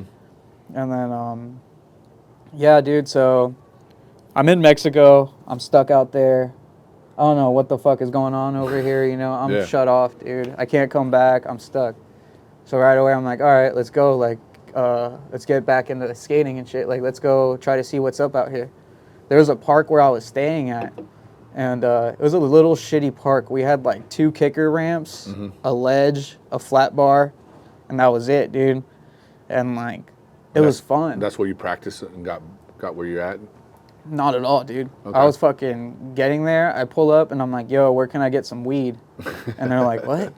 Like, yeah, where can I get some weed? They're like, whoa, like, get away from me, dude. You know, like, I'm like, oh, shit. Like, I'm sorry, dude. You're like, oh, this ain't pull up like that. Yeah, I'm like, because these fools are from, like they see weed in Mexico as, like, a drug or some shit, you know? I don't see it that way. I was just like, damn, I'm trying to smoke some bud, you know? You just see it as, like, a cigarette kind of. Yeah, bro. Yeah. So I'm like, shit. All right, my bad. So I meet some homies and shit. We start getting some bud, but the only plug there is like the fucking world's shittiest dude, bro. And like it sucks because like the way I met him was he was trying to punk me for my beanie and shit. And like me, like I ain't no bitch, dude. Like I'm gonna fucking defend myself and shit, you know? And like I don't give a fuck. And I'm not saying that in a bad way. It's just I've had like grown-ass men. What the shit that you had to deal with. Yeah, bro. You know? Like, I'm talking 40-year-olds when I'm 17, like, breaking my nose with headbutts and shit. Like, no mercy and shit. And, like I can hang through that shit. And, like, it sucks that I had to go through that. But, like, at least, like, I know no little homie will ever have to go through that again, you know? Yeah. And, like, so, like, after going through a lot of bullshit, shit flipped 180 degrees. Because sometimes you got to hit that speed bump. Dude. You can't just go to like the dope shit. Yeah, you gotta go through some shit, you know? You gotta go through all of it, you know? So I fucking went through all the tough shit. Damn, 180 degrees. I was filming with my friend Nelson all the time. I was going to every skate event, whether it was like Nike, Converse, Supra. We were there. I was filming everything. It sounds like you had like a good like adventure right there from being stuck in Mexico and getting to where you're at now and stuff. So I mean that's pretty rad. Yeah, bro, it was awesome. We were going to like super parties, Vans parties, cons parties. So you experienced a lot of that industry and stuff like that and everything. And it was like the OGs. It wasn't like what it is now. Yeah. So to me, it was like, well, whoa, dude. Now it's just a whole different. It's not what it used to be like. No, you know? And it's a lot of people like my age. Yeah. So it's like, oh, that's cool. Like you're my age and you're doing it. That's crazy, but I still look up to the people that were doing it before from the you. 90s and 2000s bro. and stuff like that and everything. Yeah, that's pretty rad. Yeah. I mean, it sounds like you had a really good adventure, like from 17 to 18 and all that and stuff. It was fucking the sickest shit, bro. Like I don't regret any of it. You should write a book. Yeah, that'd be funny. What would you call the book? Some old bullshit. But like, yeah, dude. Fucking.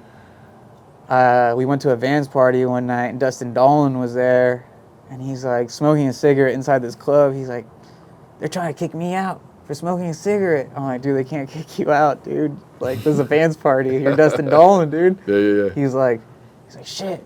I'm like, dude, can I get a picture with you? He's like, yeah, dude. I'm like, fuck yeah, dude. So I was just like partying. So that's what you looked up for, is like Jamie Thomas, Dustin Dolan, the whole Baker crew is what you most.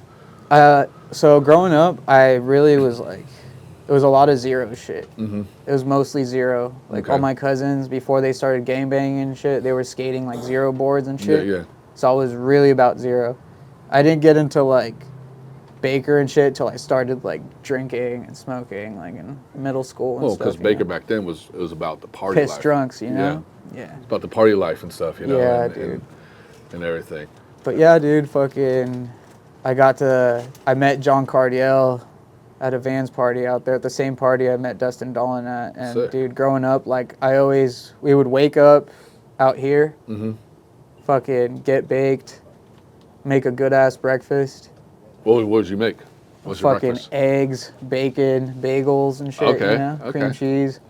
Fucking watch Ancient Aliens. Okay. Or skate videos, which is always like Creature videos, Baker videos, fucking a lot of Creature videos.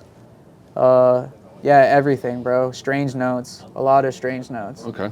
Yeah. Strangers was actually pretty cool. Yeah, it was really cool. Definitely. And yeah, dude. So fucking.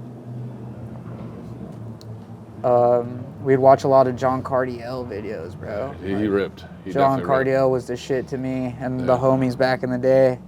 And So I met him. So you experienced a lot. Yeah. And so now you took your filming into what you're doing now, right? Yeah, dude. So I was filming, like that's what I was doing in Mexico, was filming. And when I was in 6th grade, like I said, I met my friend Rowan. And like, all those dudes were like really into fucking skating, like a lot, dude. And I wasn't that into it. Like I was still kind of like into other shit. Skating was just kind of like something cool to me, you know? I couldn't even ride my board and I couldn't even ollie. But they were kind of like super cool to me. And they're like, oh, you look like Angel Ramirez. I'm like, dude, who the fuck is Angel Ramirez, dude? And I'm like, dude, Angel Ramirez is the sickest fucking dude ever. Like, but I was like, who is Angel Ramirez, bro? And then you saw a picture of him. You're like, oh shit. No, okay. And then I was like, dude, I seen him skate. I'm like, dude, this dude's the fucking legend, bro. Yeah, But I was just like, who the fuck, dude? I don't know shit. They're like, hey, Brad, you should come to like Carlsbad Park this week with us. And I'm like, Carlsbad Park? I'm like, what's that? They're like, it's a skate park. I'm like, that's like, all right, like, yeah, fuck it. I'll see if I can get dropped off, you know? Yeah. I'm like, cool. And like, this was like 6th grade. And they dropped me off at the skate park. And they're like, hey, can you like, all the homies are like, what's up, dude? He's like, can you ride your board? I'm like, nah, not really. He's like, can you ollie? He's like, no, but I can do it like this way, like regular stance or something. He's like, oh, so you're regular. I'm like, no, I'm goofy. Yeah. I'm like, what the fuck? They're like, all right. And then like, it was funny, dude. And they're really cool. Like, they're really nice dudes. I started watching them skate.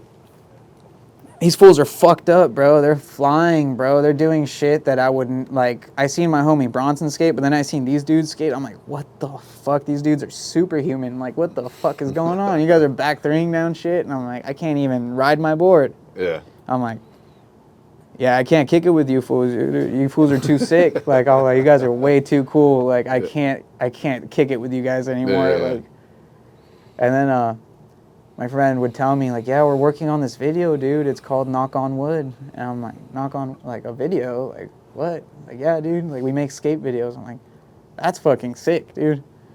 And then I made, like, other friends and shit in the hood that were really good at skating. I'm like, dude, you guys got to get videos, too. Like, you guys are fucking good, you know? Yeah. Like, you guys got to get videos. So that inspired me to want to, like, film. That's awesome. Yeah. I don't know. I'm at a point now where, like, I love doing it. I'm never going to stop. My whole life revolves around, like, skating. Lately, I haven't been skating as much as I used to, and I'm kind of dumb for that. We'll see this part.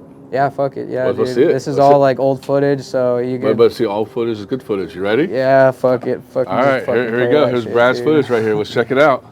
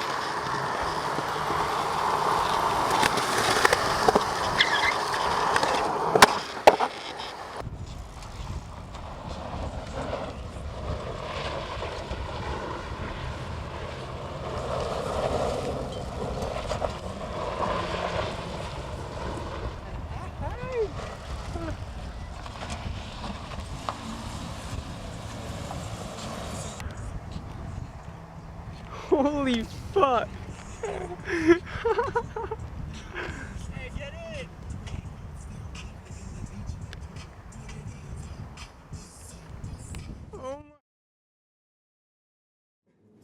Dude, that was a dope video you had there, dude. Fuck yeah, thank you. So at the last trick, you did the slappy over the fence. Yeah. Tell us that day. How'd that go?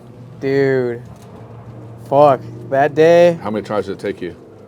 So this is how it went down. That day I was with a bunch of friends that were skating the gap, because that's like a fucking famous gap. Mm-hmm. And all the homies were killing it down it. Like the homie did like front 360 down it. Yeah. Another homie has done like finger flip, boneless down it, which is fucking sick. Garrett Lekis. And I was with my friends that day, and I was like, damn, what can I do down this gap that isn't some fucking dumbass shit? It isn't an ollie. Like, obviously I can't do a gnarly ass flip trick down this shit, and everything's been done. Yeah. Like, how could I be original about this shit? So I seen the slappy curb right next to it. I'm like, nah, hold up, you know? I'm like, dude, that could work. So I start trying it, and then I'm popping out and it's shooting me out, but I'm like, whoa, this is pretty possible. And my friends were just kind of, they got done skating, so they were done. They're not filmers, you know? And they never film me, you know? And like, not because like, it's because like, yeah, I suck, and because like I wasn't skating that much, you know? Yeah, but I'm like, dude, I'm feeling froggy today. Like, I'm trying to jump, you know? Yeah. I'm like, someone fucking film this shit. And yeah, no one filmed it, bro, and I was getting pretty close. And I think I landed it. I'm not sure if I landed it. I'm pretty sure I did. But I was fucking pissed at all my friends. I'm like, man, you guys are all a bunch of bitches, bro. No one wanted to fucking film me. Like, you guys suck, dude. And my friend Benji, he was like, hey, dude, I'll film you, Brad. Like, Yeah. My friend Benji, he filmed it on his phone. And I'm like, fuck yeah, Benji. Like, it was a battle, and I did it. And then I came back with my friend Esteban, because he's an actual filmer, Esteban Rivas. And he started filming, and I'm like, fuck yeah, dude. Like, but I did that shit once, and then he's like, he's a gnarly perfectionist, dude. He's like, I don't think I filmed it, dude. Like, can you do it one more time? I'm like, fuck, Bon. I'm like, yeah, dude, I'll do it again. Hold on. And I'm like, I do it. And this is a hot ass like summer, bro. Like 100-degree days. I remember going into this like, dude, this is not gonna be easy, dude. Like, and then I was like, but I wanted to drop a part from my friend Lucas and shit. And like, I was like, whatever, let's see how this goes. And then, so I did it twice, and then he's like, oh, dude, I don't know if I filmed it right. He's like, can you do it one more time? He was fucking with you. Bro, dude, I did that shit 5 times, dude. And then I was so hyped on that trick, though, because of the spot. And all my friends got a trick on it, and I skated it kind of like in my own way. Yeah. Like trying to be original as much as I can. And then I did it, dude. And it was the first time I ever like thought of a trick and like did it, you know? And I was like, sick. And then I think like a week later, I seen my friend at his house or something, and he's pro. He's a pro skater. I'm not gonna say his fucking name because that's my homie, but this was funny. He was like, dude, he's like, I seen, he's into slappies and shit. So he's like, dude, I seen that slappy trick. Like, that shit was sick. I'm like, no way. I'm like, fuck yeah, dude. Like, thank you, dude. That's like, it means a lot, you know? I'm like, that's crazy. And like a month later, I seen this fucking day in the life video of him getting interviewed by the Barracks or some shit. And he's like, yeah, I've been checking out the spot for like about a month, and I just thought like, fuck it, today's like the day, so I'm gonna go do it like really quick. So he went and did the same shit, dude. And then it was on the Barracks. And I was like, are you serious? Like, because I'm not like, I was like, bro, you guys don't even show me love. Dude, that's you guys don't even. That's an MVD, dude. I was like, dude, how are you going to say that? Like, you just gave me props like 2 weeks ago. He stole your shit, dude. And I was like, no way, dude. And like, that shit bummed me out for a little bit. But I've been through so much bullshit that was nothing. And that's my little homie. And like, to this day, we're solid, we're friends, and like, that shit's nothing. Like, he learned from that. He's fucking crazy. He's a sick ass fucking skater. Hell yeah. He's a legend. And fuck it. But that shit was funny to me, and I know you know, dude. I'm like, yeah, dog. I love you, dude. But I love you. So tell me dude. about Takal. How'd you get with Takal? So Takal, dude, Method Man's company. Okay. I had this homie who was the plug, and like he would we get our bud from him and shit. Mhm. One day we had a falling out kind of, and I was just like, fuck, dude. Like, you know, this kind of sucks because this is where I get my bud. Mhm. I like to smoke weed, dude. And fucking, when I was little, like, before my dad left, he was putting me on to, like, all this dope shit. Like, I was listening to, like, Eminem. Someone here was wearing an Eminem shirt, the homie. I was listening to Eminem when I was, like, 6, dude. Like, he was, like, one of my favorite rappers and shit, you know? And, like, I was just like listening to shit that a lot of kids my age weren't listening to. Like I was watching How High when I was 7, dude. Like Dustin Lee Abraham, like he follows me on Instagram. He's the director, the creator of How High. Yeah. Fucking legend. He's a cool ass dude.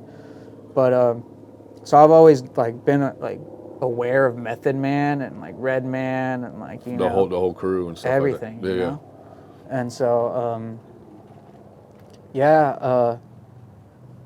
it was crazy. I seen Instagram like suggested Takal official on my feed. And I was like, Takal, this is Method Man. And I click on it and I see Method Man starting a weed company. Like, what the hell? Like, I don't have a plug anymore. And I'm like, I hit him up. I'm like, hey, are you guys sponsoring skaters? And he was like, what? Or like they hit me up. Like, it's like, dude, you know what? Yeah, we might be down to work with you. Like, we'll be in touch. Okay. And I was like, no way, like sick. And they're like, yeah, we want to work with you. Like, and then I'm like, dude, hell yeah. So that started the connection through like DMs and shit. And then I ended up getting their contact info. And it was this dude, Roz. It's one of Method Man's homies. And they're really cool people, bro. They've blessed me with like multiple times with a lot of things. And like, they blessed me with a big package for my premiere, which you helped us get at Breakpoint PB in San Diego. Super sick, Tommy. Thank you for that. That shit was sick as fuck, dude. But yeah, they gave me a bunch of product for that. So since they blessed me, I try to like bless everyone that I can. You know, I brought some bags out for everybody. They got stickers and like rolling trays. And where can people get to Cal at? Dude, right now they're making their way back to California, but they're in every state. They're expanding. Okay. And just look them up, you know. What the website? They have, or what's their website? Instagram? Their Instagram is Takal Official. Okay. They have to California, to Cal Nevada, to Cal Arkansas, to Cal New York, you know. They're spreading out, but all their info is on their stickers. I gave you guys a bunch of stickers and stuff you could fucking use to look up their Instagram and shit. Okay. And yeah, they're cool people. They've been supporting me for a long time. I was actually supposed to start a team for them. So my role was more like team manager and like filmer, you know? And it was going to be me, the homie Adam Taylor, Jugi, Stevie Perez, he skates for Chocolate. Yeah, I know Stevie. And the homie Corbin, he's a little bit younger than me, and he's a filmer also. Okay. So we were trying to like get something going like that, and it didn't go through because obviously they're on a pro level and they're trying to get compensated for their time and shit, you know. But like, yeah, it kind of like it built that connection. I'm still cool with Jugi and I'm still cool with Stevie, and sometimes I can just, if I'm in their areas, if I'm in SF, I can hit up Jugi and be like, yo, I'm out here, like, you want to link up? And I'll be like, yeah, let's roll up, you know. If he's out in Oceanside, he comes home, he hits me up, and if I'm ever in LA, the first people I hit up is Stevie or the homie Felix and shit, you know. Felix, he films all the Baker dudes and shit, and it's cool having another filmer that's on some G shit that like we never step on each other's toes or anything, and like it's just really cool, and it feels like a parallel universe. Like our hood, a little bit of our hood is over there, you know, and like vice versa. And yeah, they're always welcome down here if they ever cruise out here, but it's really cool having the chance to be like, yo, I'm cruising up, can I link up and shit? Like, yeah, cruise through, bro. I'm like, I rarely ever skate around them, so the fact that they fucked with me is pretty cool. And it's cool that you know you're working with meth and with the cow and everything, so that's definitely a good thing. Yeah, bro, I'm trying to keep that connection and that bridge, even though like I know it may not be the right time right now. I made a video for Method Man, and I'm trying to see if we could keep working together. And I know there's like a spot for them in the skate community, so that'd be sick, you know? Yeah. Just keep it going. You Yeah, know? Method Man's a real one, bro. Keep going. And then last question, what can you say, do you have anything you want to say to anybody who's been in your situation or in that situation or anything like that? Anything you want to say to them? Yeah, dude, don't think that you're going to go through some bullshit, bro. Like, you're going to go through some bullshit. Everyone goes through some bullshit. Like, it's all it is. You're going to go through some bullshit, but you got to keep going, bro. You got to be strong. You got to be stronger than that. Like, you can't tap out, bro. You can't tap out. You got to be strong, and, like, you'd be surprised if you go through a little bullshit, like, it might flip 180 and things always get better, bro. And sometimes you gotta take one L, you take another L to get that W, bro. Yeah. That's how you get that W, bro. You hear that? Yeah. Get that W right there, man. Yeah. So listen to him. Well, Brad, thank you so much for coming on, man. Yeah, and you know, it seems like you went on a long journey. Yeah. And you, like I said before, you hit a speed bump, but you look over that speed bump and saw the light, you know, and I'm very proud of what you're doing, man. Thanks, Tommy. I appreciate you having me, bro. Well, this is a wrap for TSM Live Show, Season 8, Episode 4. I'm your host, Tommie Zam. I want to say thank you for everybody coming out to HB Patio. Thank you for letting us film this episode. Thank you for our sponsors for coming on True Skateboard Mag Live Show. Also, too, thank you to all our guests for coming on TSM Live Show. Yeah. Tune in next month because we got a really good one. It's a girl episode, and it's going to be dope. I'm going to leave you with OutCold. You. All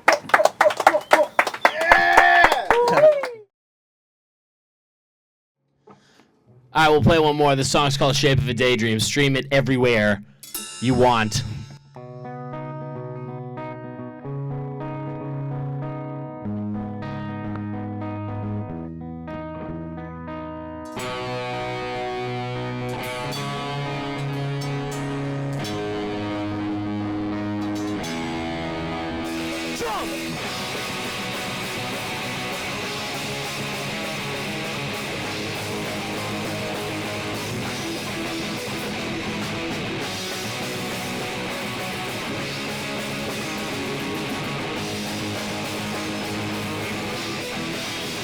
See you again. I'll crawl into your fairy tale and slide past the silhouette of him. And back when I was a kid, I had a hard time understanding why the lights in my eyes could get so dim. And baby, tell me your story in the shape of a daydream.